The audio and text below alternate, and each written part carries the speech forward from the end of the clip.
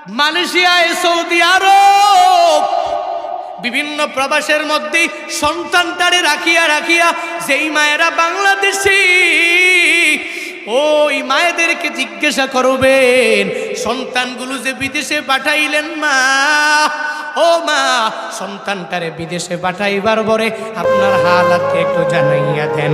দেখবেন মাটা অটোমেটিক্যালি সন্তানের ব্যাপারে এক এক করে মাটা বলে দেয়। কেমনে জানে জানুনি?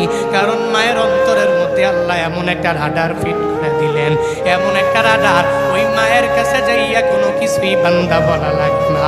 প্রবাস থেকে সন্তানটা টেলিফোন করে করে মায়েরে বলা লাগে না। ওই টেলিফোনের আগেই মা সুন্দরভাবে জানিয়ে যায় আমার এই সন্তান আমার কাছে কি চায় আর কি জন্য একটু পরে আমার সন্তানটা আমাকে টেলিফোন করবে। কেমনে জানে? বলে মায়ের অন্তরে আল্লাহ এমন একটা রাডার ফিট করে দিলেন।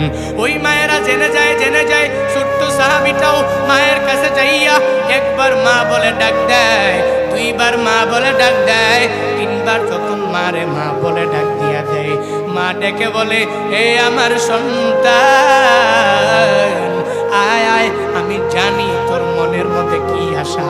আর আমি মায়েরে তুই কেন মা বলে জোরে জোরে ডাক দিয়া দিলা, আমার আর বুঝার বাকি নাই।